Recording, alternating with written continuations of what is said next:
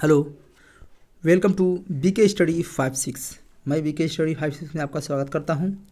आज हम लोग पढ़ेंगे इंग्लिश ग्रामर का बहुत ही बेहतरीन टॉपिक, जो कि हर बार हर एग्ज़ाम में पूछे जाते हैं।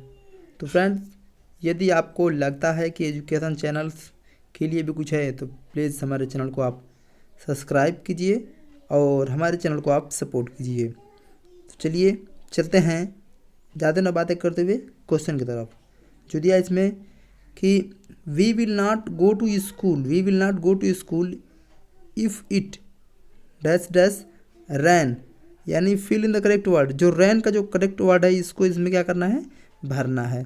तो इसमें पहला ऑप्शन है विल रैन, रैन्स, हैव रैनेड और रैनिंग। तो इसमें आपका कौन सा आंसर सही होगा? तो देखिए, इसमें हमारा होगा ऑप्शन बी सही होगा इसमें, क्योंकि जैसे मान लीजिए कि क्योंकि इसमें देखिए दिया हुआ है कि वाक्य में will not go to school if it, यहाँ पर भविष्यकाल में दो कार्य होने हैं। जैसे अगर कहा जाए तो पहले होने वाले कार्य सिंपल प्रेजेंट टेंस तथा बाद में होने वाले कार्य फ्यूचर टेंस में बनते हैं। अतः यहाँ पर पहले होने वाला कार्य रैंस का ही प्रयोग होगा, जो वर्तमान काल में है। यदि वर्षा होगी तो हम स्कूल नहीं जाएंगे। ठीक है, चलिए अब चलते हैं अगले क्वेश्चन की तरफ। अगला क्वेश्चन दिया है कि choose the correct spelling. Vacuum, vacuum और वीकम्स, मतलब VACUME और VACCUM, VACWM और VACCUME में कौन सा स्पेलिंग बिल्कुल हमारी राइट होगी? तो चलिए बताइए इसमें। तो इसमें हमारा सी ऑप्शन सही होगा। क्यों? क्योंकि दिए हुए मतलब चारों जो वर्तनियाँ जैसे हैं, जो वर्तनी दिया गया चार, इसमें से शुद्ध जो है हमारा सी है। क्योंकि VACU और UM यानी WM के द्वारा ही सही वर्तनिका प्रकट की गई है। ठीक है, जिसका अर्थ शून्य स्थान निर्वात होता है। ठीक है, तथा अन्य सभी विकल्प जैसे ए और ये तीनों क्या है हमारे गलत हैं। केवल हमारा सी ऑप्शन सही है। ठीक है, चलिए फ्रेंड्स अगले क्वेश्चन की तरफ। इट वाज, इसमें है कि it was told that that earth डस्टेडस राउंड टू सन द। अब इसमें करेक्ट वर्ड बनना है। मूव का करेक्ट वर्ड मूव्ड होगा, मूव्स होगा कि हैज़ मूव्ड होगा कि हैज़ मूविंग होगा। इसमें आपको करेक्ट आंसर देना है। तो इसमें हमारा होगा बी ऑप्शन बिल्कुल सही होगा। कैसे? देखिए दिया है कि it was told that earth around the sun. यहाँ पर देखा जाए तो वाक्य का अर्थ मुझे बताया गया है कि पृथ्वी घूमती है। ठीक, और किसके ओर? तो सूर्य के चारों तरफ। यहाँ मतलब रिक्त स्थान पर क्या कर रही है, वो घूमती है। शब्द के लिए मूव्स शब्द का ही प्रयोग होगा। ठीक है, जिसकी संरचना सदैव प्रेजेंट इंडिफिनिट में होती है। ठीक है, तो ये हमारा ऑप्शन सही होगा। तो चलिए अब चलते हैं अगले क्वेश्चन की तरफ। तो प्लीज़ फ्रेंड्स, यदि हमारी वीडियो अच्छी लगे तो आप एक बार जरूर हमारे चैनल को सब्सक्राइब करें और वीडियो को लाइक करें। तो चलिए चलते हैं फिर। क्या है कि the father was angry, the father was angry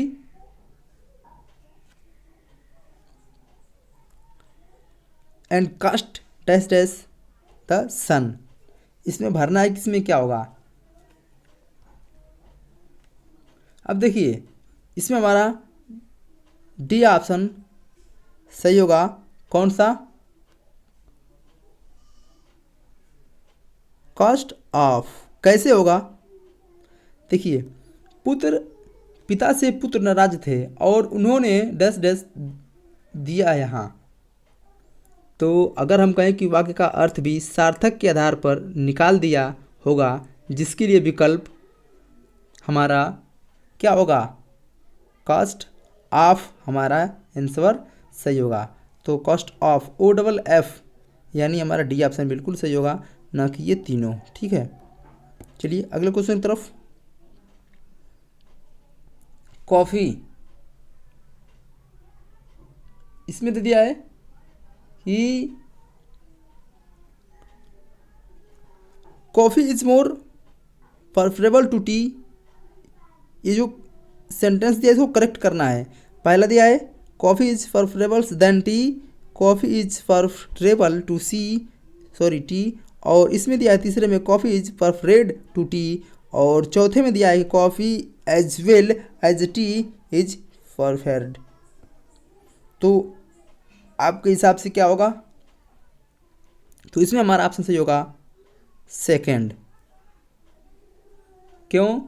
कि यदि देखें तो दिए हुए वाक्य में यदि coffee is more preferred to tea, यहाँ वाक्य में डबल कंपैरेटिव डिग्री का प्रयोग हुआ है, जो कि क्या है? बिल्कुल गलत है। नियम तो प्रेफरेबल लैटिन भाषा का कंपैरेटिव डिग्री है, ये भी समझिए। प्रेफरेबल जो है ये लैटिन भाषा का कंपैरेटिव डिग्री है।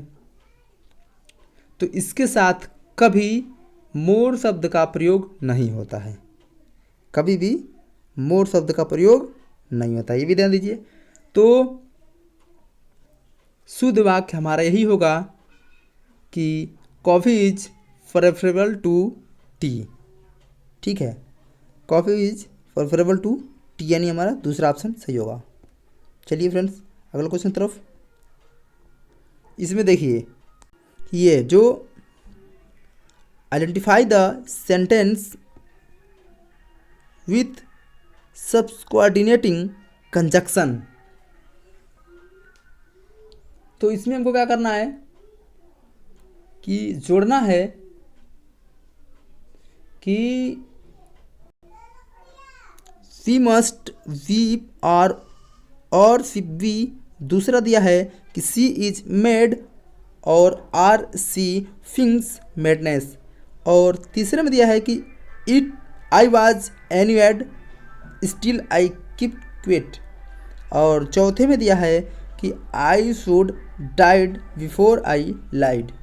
तो इसमें हमारा देखिए क्या ऑप्शन सही होगा। इसमें हमारा दिया है कि ऑप्शन हमारा डी बिल्कुल हमारा सही होगा। कैसे सही होगा बता रहे हैं आपको। डी क्यों हमारा ऑप्शन सही होगा कि यदि दिए हुए वाक्य में केवल विकल्प I would died before I lied में ही क्या है सबकोऑर्डिनेटिंग कंजक्शन का प्रयोग हुआ है। यहाँ पर बिफोर लाइड, समझिए बिफोर लाइड, और इसके पहले कि मैं झूठ बोलूँ, इसके पहले कि मैं झूठ बोलूँ, इससे पहले कि मैं झूठ बोलूँ, सब कोऑर्डिनेटिंग कंजक्शन अर्थात मिश्रित वाक्य तथा अन्य समस्त यानी सभी वी मस्ट वीप या सी विल बी या इधर सी इज मेड और थिंग्स मेडनेस तथा I was and I still kept quit, यहाँ पर कंजक्शन यानी ये हमारा तीनों क्या है गलत है। ठीक है, तो फ्रेंड्स चलते हैं हम अगले क्वेश्चन की तरफ।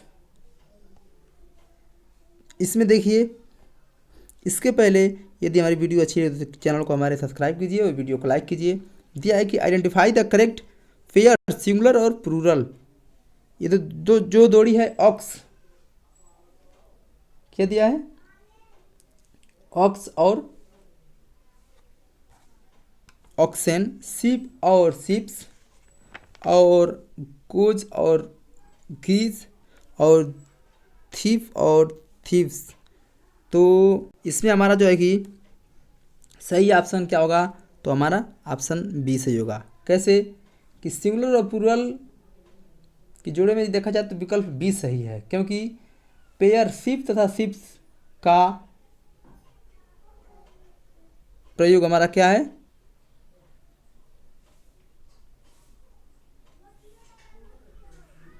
शिप का प्रयोग जो है कि रुकिए 2 मिनट। तो इसलिए सही है कि देखिए कभी भी शिप और शिप्स का प्रयोग नहीं होता है, ठीक है। सभी तरह से हमेशा प्लूरल या सिंगुलर हमेशा शिप का ही प्रयोग होता है। इसलिए हमारा ऑप्शन इसलिए सही है कि यही आंसर हमारा गलत है और बाकी ये 3 आंसर हमारे सही हैं, जो कि ऑक्स, ऑक्सेन, गुज और गिज, ये प्रयोग इसका प्रयोग सही हुआ है, ठीक है। इसलिए हमारा ये हम ट्रिक कर दिए कि हमारा बी ऑप्शन छोड़कर सभी आंसर हमारा सही है। चलिए फ्रेंड्स अगले क्वेश्चन की तरफ। चाइल्ड मैरिज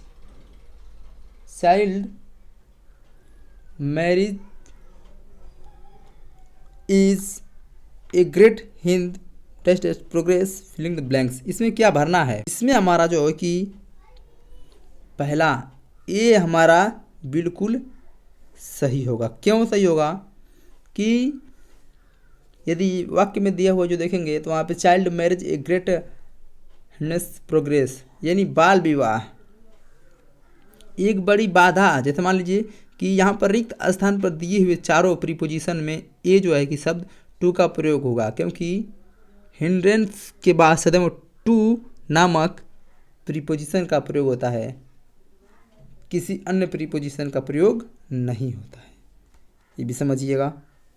चलिए चलते हैं अब अगले वीडियो की तरफ। और इसमें दिया है कि which sentence is in passive voice. I know him, we have missed the rain, a prize was won by me, I won a prize. इसमें क्या होगा कि यदि कहें तो देखिए इसमें विकल्प अगर केवल सी देखा जाए